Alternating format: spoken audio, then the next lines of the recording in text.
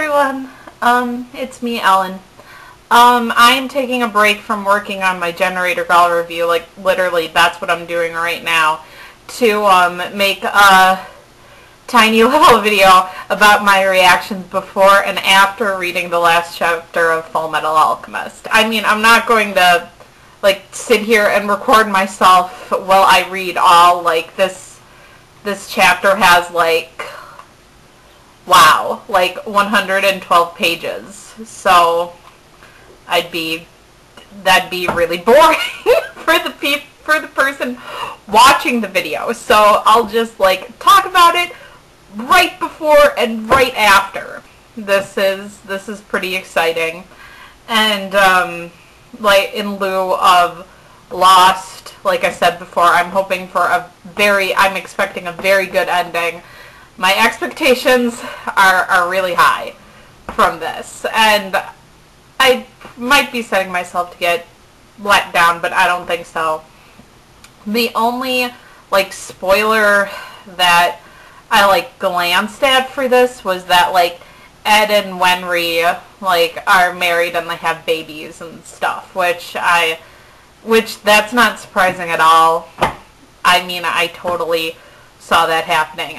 Ed and Wenry's relationship is kind of boring because I totally saw where it was going, and there was no surprise for me in it at all. No excitement, really. Like, the couple who I thought is totally exciting is Risa and Roy. So I'm most interested to see how Akawawa, deals with them.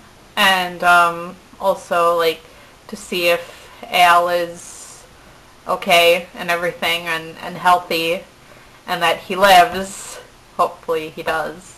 For my music selection, I will be listening to Coldplay. Probably Viva de la Vida, because that's, like I said, actually what I listened to when I read the last chapter of Inuyasha. Or maybe I'll pick a different Coldplay CD, but whatever. I love Coldplay, and my sister and my cousin and I always say that Coldplay is like ranch dressing, because for us it goes with everything, like AMV and music video wise. Like, we can make music videos of Coldplay to like Harry Potter, to Inuyasha, to Star Trek. Just anything that's like near and dear to us, like Coldplay will fit it. So yeah.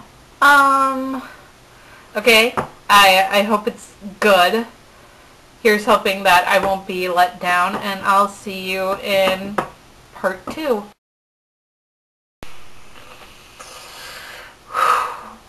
Wow. Okay, so yeah, I'm all done. All finished with Full Metal Alchemist, and pretty much if you watch me watching the video, all you'd see is like just lots of tears, because I cried like 4 different times while I was reading that. So yeah, it was really very powerful. And the corniest thing, but like the coolest thing, I think, is these lines that Akawawa put at the end of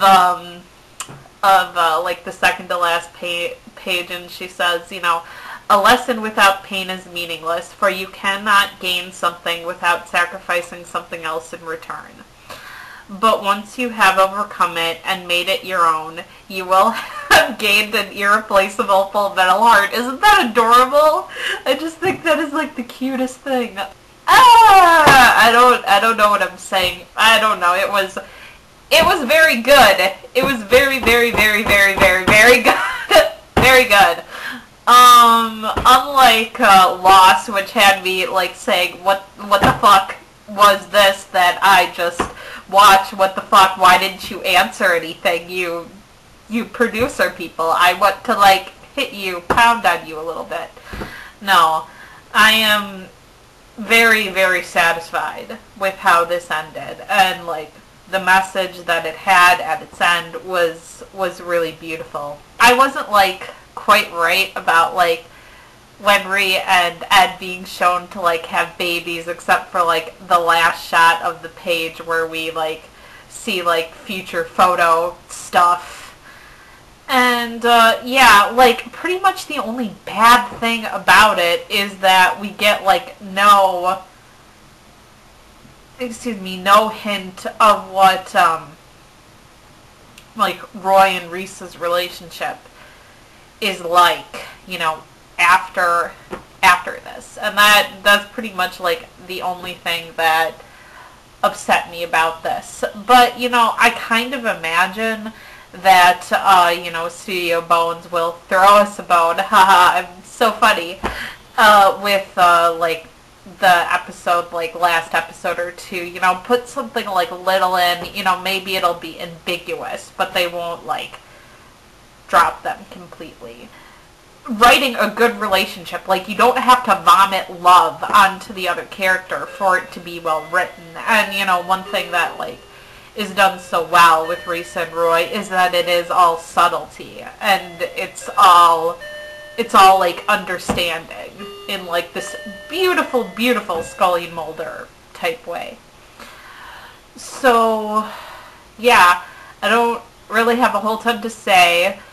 I listen to like random Coldplay songs, like I know I listened to Clocks and Death and All of His Friends and In My Place, and you know, probably, oh, and Fix You, and probably those, like, listening to those songs probably only made me cry like 10 times more than what I would have done if I was just reading it, you know, without listening to any music. But still, I still probably would have been crying a lot. Just less than what I did. Fullmetal Alchemist can get away with like being like emotionally satisfying, and also there was like a great revelation like in this last chapter about like the characters and, you know, like life, even if you want to get, you know, bigger than that, about the characters, about the world that they encompass, you know. Ironic because like the truth, oh great truth, the character, the truth. La, la, la. I don't know what the hell else to say, except, I don't know, it's really, I know, like, everybody, you know, says how, like, the manga is better than the first anime and a better story. One thing that I think is really interesting is now at the end of both, like, Ed can't use alchemy anymore. Like, he can't use alchemy in the original series because, you know, he's, like, in our world, and he can't, you know, use alchemy in this world because he gave that up to, you know, save Al, which, like, oh my god, so many tears. And I cannot wait, you know, to see this, you know, to watch this, you know, in its anime form, and I cannot wait to see, you know, like, Vic say these lines, because, I mean, no matter, like, what attitude you have about him as a person, he just, like, breathes this character. Like, I mean, in the new series, I think that he's, like, a bit lazy with playing Ed because it, like, just seems too easy for him, but I know, like, in these, like, big scenes, he'll deliver the goods. So I'm really, really excited to, you know, to watch this and to watch it dubbed. So yeah, Fullmetal Alchemist is awesome, and I love it, and yeah, like, the satisfaction level was, like, I'd say on the level of how Buffy the Vampire Slayer ended, which is probably, like, my favorite, like, ending of any series. So very, very, very good. Oh, but yeah, and something interesting. Also, Ed and Wenry, like, it was kind of ambiguous. Like, I mean, they're, like, clearly, like, friends, you know, boyfriend, girlfriend, maybe. And it was kind of like Ed, it almost sounded like Ed tried to propose marriage to Wenry by, like, saying, like, I'll give you half my life or something. Like, it sounded, you know, awkward, but, you know, so cute. You know, pretty cute, even though, like, they're dull together. I think And in memory, it's still cute, it's still sweet, it's still heartwarming, and okay, I'm done. I'm done talking. Auf Wiedersehen.